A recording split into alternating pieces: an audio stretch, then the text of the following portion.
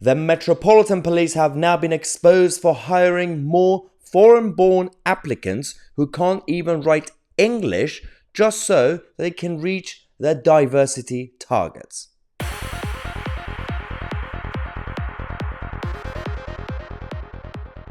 The absolute state of this country and the Met in general.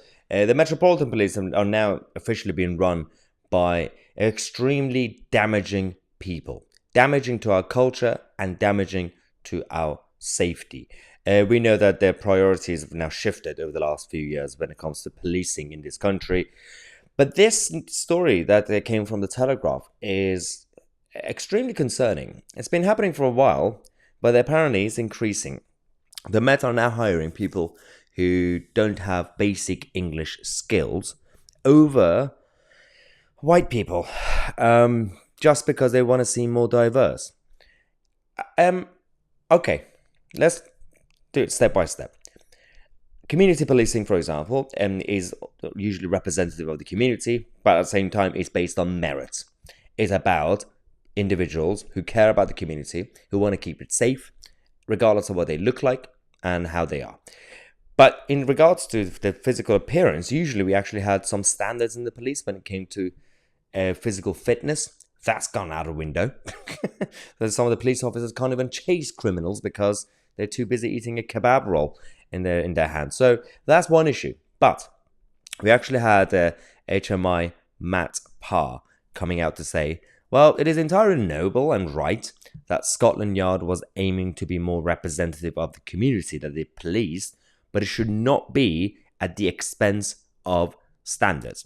I absolutely agree with Matt Parr. It is a good point. I mean, you cannot reduce the quality of policing. But you might also say that considering that the recent wave of recruitment over the last decade or so in the same force have been those who are British born, those who can write English, but they are still too busy taking the knee and riding rainbow unicorns in the middle of the street. Maybe that's not really the main problem. I think they should focus on their own issues first. Maybe they should look at themselves.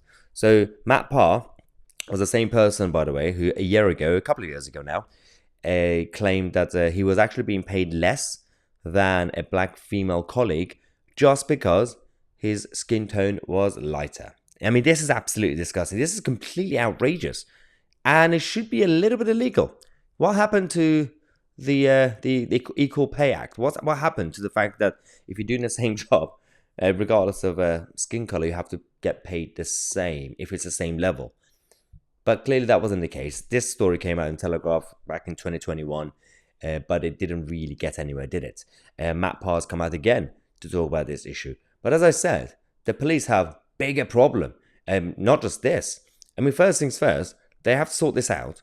Those who are going out there, like, I'm fine with police obviously getting involved with certain things and whatever they do, but you have this massive group of police officers right now in the middle of Pride, and that's central London, and around the city, there are literally criminals causing trouble and harming our young people, and they're not really doing their jobs. They're not at work. They're just having fun. That's one. What happened to Sarah Everard and people like these evil people who are now being exposed on a regular basis now? It's not just Wayne.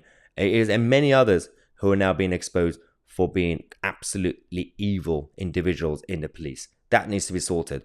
But if they could prioritize the fact that they shouldn't really arrest a woman for simply standing on the side of the street and silently and quietly praying in her head, maybe they shouldn't go after people for simply sending out a tweet that could be subjectively hurtful to someone in a different continent.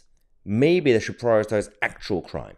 Maybe they should sort out their own problems first, instead of going out there and being completely disgusting. We care about this country. We care about policing. That's why we want the Met Police to be better. It's not like the hard left that says defund the police. We want the right people to run the police. We want actual leadership to feel safe, so that we don't have to go out there, leave our house, especially if you live in urban areas, and completely be scared just to go to Tesco and buy milk. It shouldn't be like this. It's 2023 in the United Kingdom. Anyway, let me know what you think. Thanks for watching. I'm Mahyar Tousi, and we are the media.